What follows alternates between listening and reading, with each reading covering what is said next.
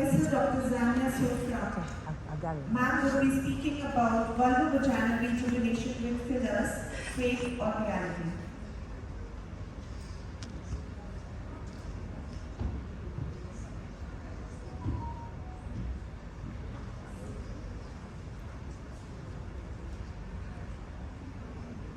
Okay, we're going to be talking about, everybody knows that fillers are very important and they have been used extensively. The question is, a lot of these companies are now saying that they can actually rejuvenate, they can actually increase collagen, and that the production of collagen is the proof of rejuvenation. So is that true or is it false? I have no conflict of interest, and this presentation is based on about over 100 articles. Now,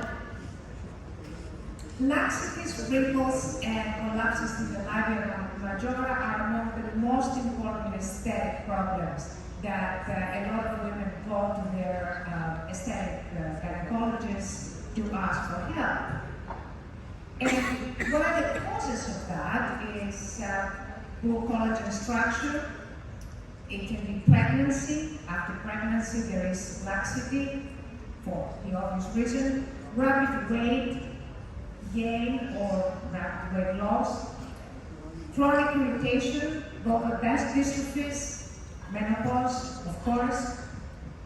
Smoking, bad eating habits, lifestyle, all of those affect the entire body, including the vagina.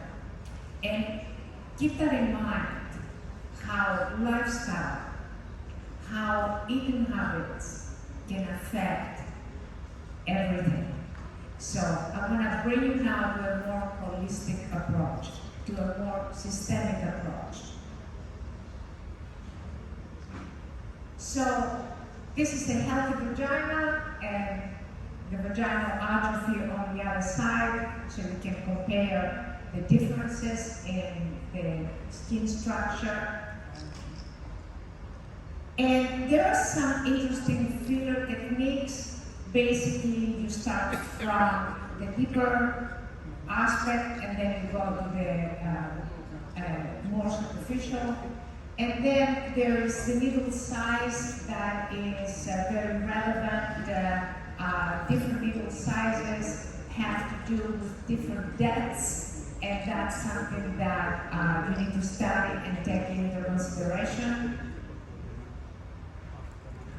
And does it really matter? Well, there's a lot of studies that are comparing different fillers, and so far in most of the studies that I looked at, it did not seem to be very much difference in terms of significance. Okay, so some clients would say, oh, I prefer this filler than another, or some patients would be happier with one filler than another. But when you looked at it from an experimental point of view, in terms of significance, there was no significance. And as you can see, there are differences in the numbers, but the differences of these numbers is not significant. So from a research point of view, that we always look for the significance, there wasn't any. And as you can see, again, you can see that there is different kind of effects, and that the effects are not exactly the same. It's the matter, the significance is the problem. And now I'd like to speak about side effects. And when you do fillers with the patients, you need to always inform them about the side effects, because there have been some recent reports with extremely serious side effects. Now, this is quite common. The lumps are very common and they disappear after a while. So that's not of such major concern, although it may be a concern for people that want results right away. And some patients may feel pain, discomfort, whatever the injection is, and there may be swelling or bruising. That's again common and it goes away, so it's not as serious as other side effects. Now, there is complications with hyaluronic acid fillers, and those include hematoma, edema. Edema again might go away quite easily, and then you can inject hyaluronic acid and infections. That people can have allergies. You need to be very careful if people have herpes. It might bring back the herpes syndrome. And then we have other more serious side effects like arterial and venous obstruction, vascular interruption, and venous compression. Now, these investigators, they reported a very serious case of a life-threatening complication after genital fillers. And this is, of course, very uncommon. We only have one report, but it's significant because of the severity of the complication.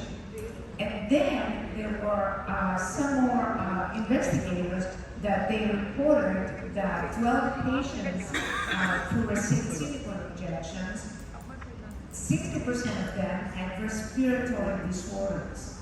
And we don't know how that happened, but again, you have to keep in mind that everything that we do, everything that you do with your patients has a systemic effect.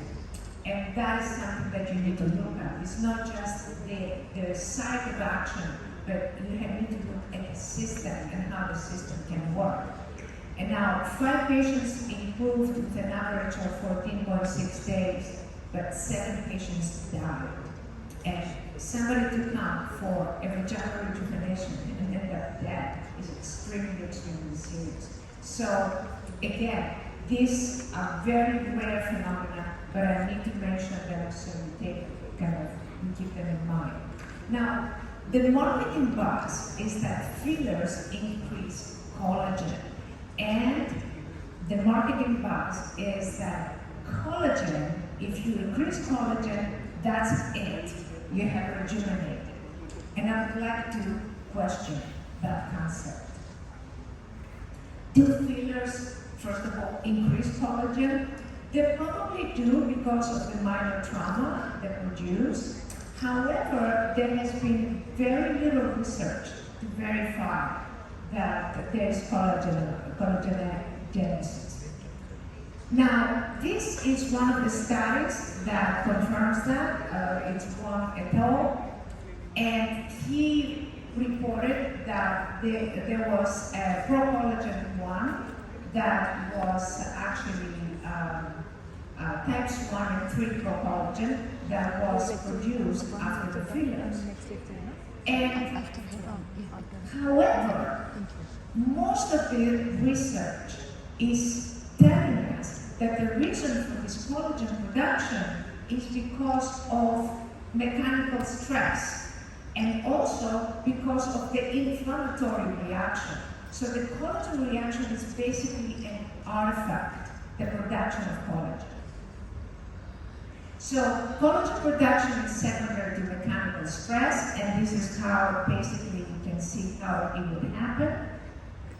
And collagen production is secondary to hypoxia. And hypoxia actually produces collagen, so it's like a vicious circle. Collagen produces hypoxia, hypoxia produces collagen, and so on and so forth. It goes round and round. So this is some of the research that says that. And the question is, however, let's leave all that aside.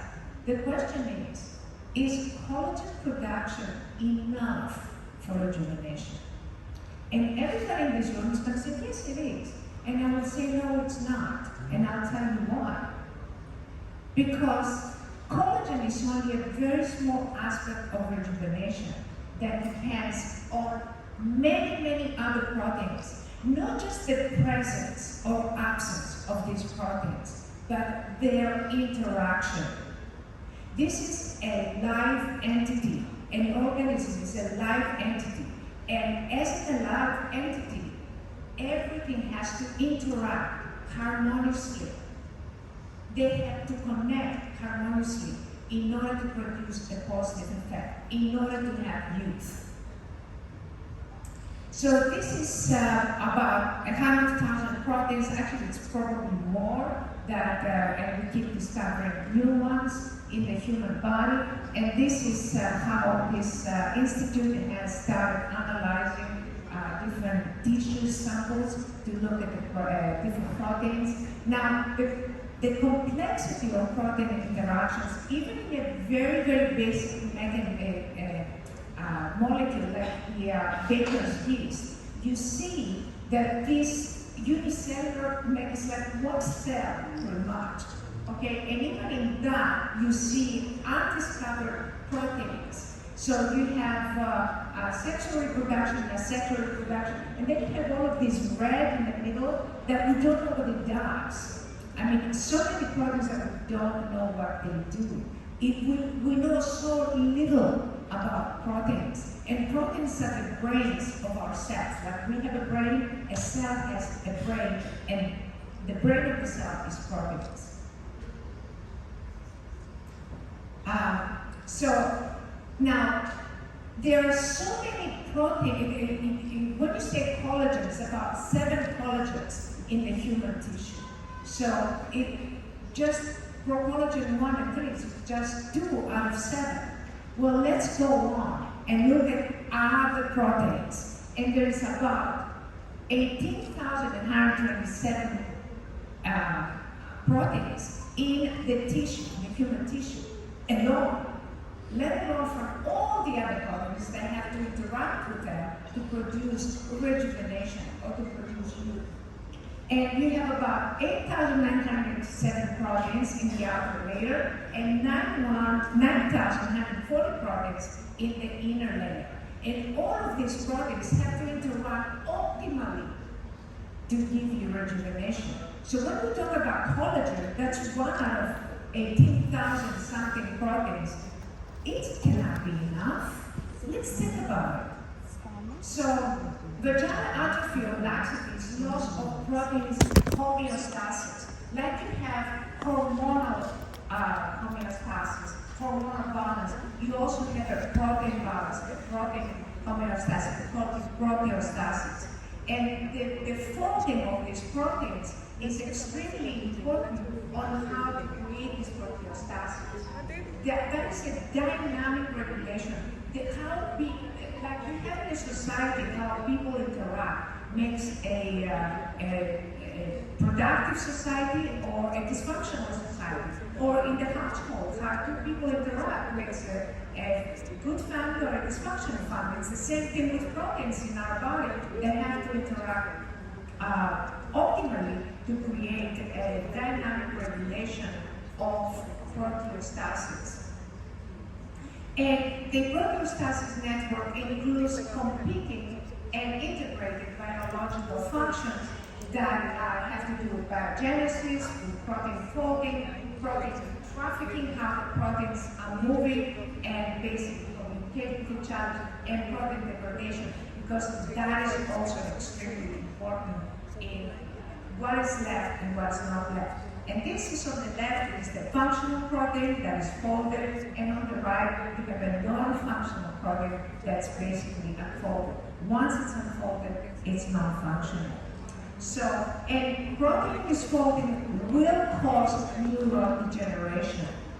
And how is that going to affect the female psyche? And neurodegeneration is the cause of aging. So, why do we age? Because our proteins are not folded. Now, for true tissue regeneration, all of these factors must be addressed. Cellular processes, metabolic processes, regulation of biological processes, and so on and so forth. This is just a very long list. And if you look at research, you're going to find hundreds of articles addressing each one of these. And there is a problem with the collagen type 1. It's actually involved in cancer. So when you say there's an increase with that, what does that mean exactly? And hypoxia, again, is a protein problem. Like I said, hypoxia creates collagen. That's not a good thing in this case. So you have, there is a study here that shows you how hypoxia actually increases fibroblast and collagen. And collagen is the main aspect of scars. It's what scars are made of. So you have the vicious circle of hypoxia creating collagen. Collagen creates hypoxia, and we have been brainwashed in anti-aging medicine to say, oh, if it's collagen, it must be good. Not necessarily so. So this is something that I would like to deliver today, that we have to start thinking about what does that mean when we say, oh, it's more collagen. So collagen increase in itself is not true rejuvenation. Vaginal atrophy is the loss of proteostasis, or protein balance. And this is how we need to understand it, not just, well, it's not enough collagen, let's put some more collagen in there through fillers or through lasers. Why? Because there is so many proteins only in the human tissue, and so many more that have to interact with those proteins in the human tissue to create true rejuvenation.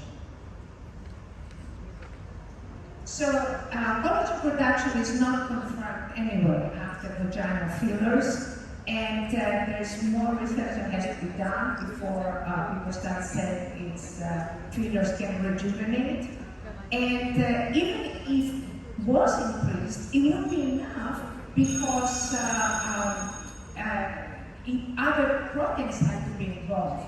So genital aesthetic filler injections at this point are mostly experimental. So you have to be careful when you start using them. So, and they can have serious effects. So that's another thought that I would like to leave you with. And with this, I would like to thank you for inviting me, and thank you very much for letting me speak earlier. Thank you.